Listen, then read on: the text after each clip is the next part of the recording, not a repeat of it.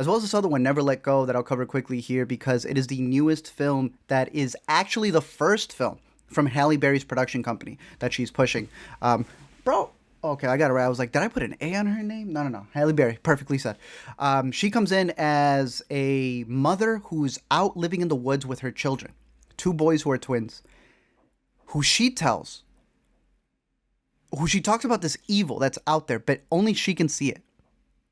And as long as they're connected to this rope and they never let go, everything will be okay. Is it actually out there? Are they being protected? Or is it all in her head? And these kids don't know any better because they have this overprotective parent. There is a lot in this movie with the way that it's shot. The performances, I think Halle Berry is incredible. Kids are decent. The script is strong. It's one of those that we always talk about where you may not want to rewatch it, but boy, do you want to talk about it. You need to see it immediately. This is one where you definitely want to have a spoiler discussion in bringing up certain elements of the film. I find it funny that one of the kids, see if I get the correct one here. Yeah.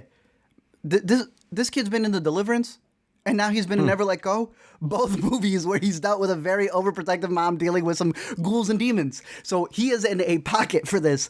Again, I enjoyed a lot of elements in the film.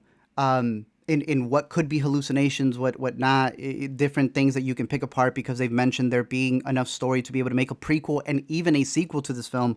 But I think it swings for the fences on some elements. There are very dark moments. There are jump scares that I hated, but were very effective.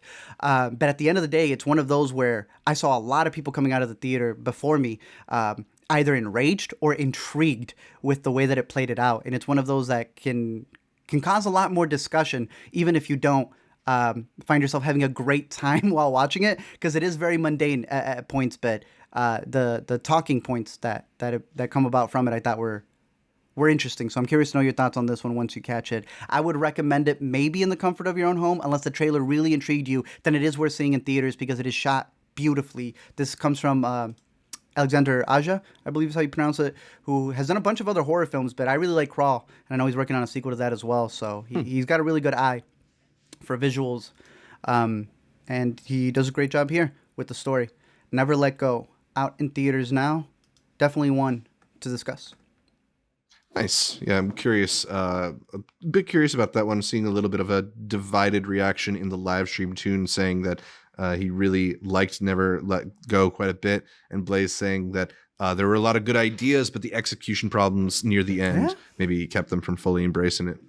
Again, without getting into too much spoilers, it is definitely one of those that'll spark discussions, whether good or bad. But I think the premise itself is interesting, and what they're trying to discuss.